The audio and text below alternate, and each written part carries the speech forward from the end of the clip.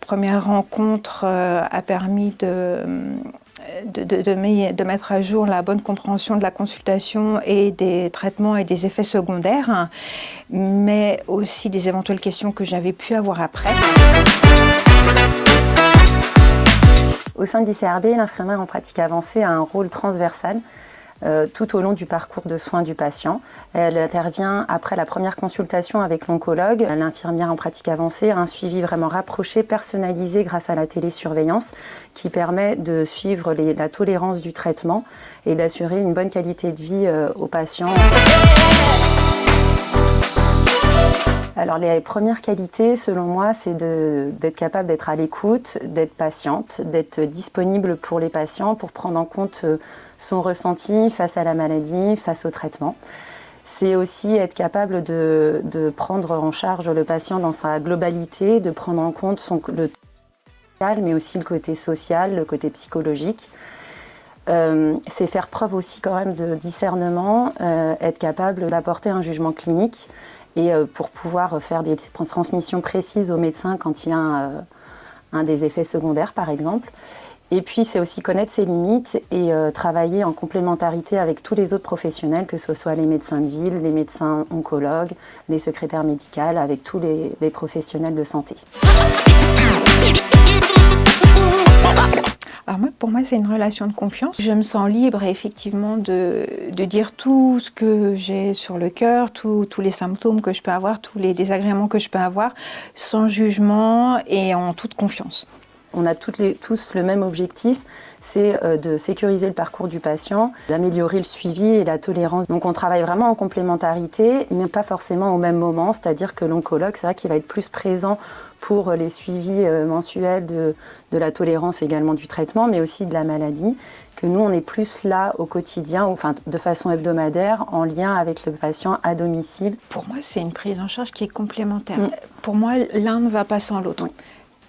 Puisqu'il y a des choses que je peux dire à l'IPA que je ne vais pas forcément dire à l'oncologue pour ne pas non plus trop engorger la consultation.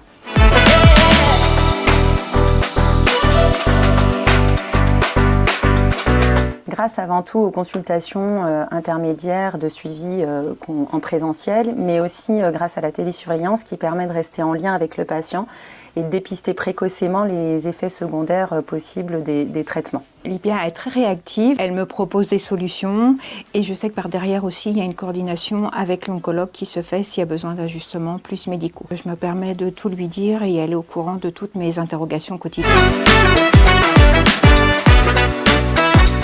En assurant en fait la surveillance donc, des effets secondaires, en formant aussi le patient à dépister les effets secondaires des traitements, et puis aussi en proposant des soins oncologiques de support via la coordinatrice des soins de support qu'on a au sein de l'ICRB pour améliorer la qualité de vie des patients. Comme l'IPA est très réactive et je lui explique mes symptômes, en fait du coup, moi, pendant ce temps-là, je n'engorge pas la consultation, le secrétariat de l'oncologue pour poser des questions, ou j'engorge pas la consultation chez le généraliste, puisque je sais qu'elle va m'apporter des réponses et se mettre en lien avec l'oncologue. Elle m'apporte des soins de support plus personnalisés, puisque comme elle me connaît, du coup, elle ne m'offre pas un catalogue de prestations, mais plus quelque chose qui me correspond.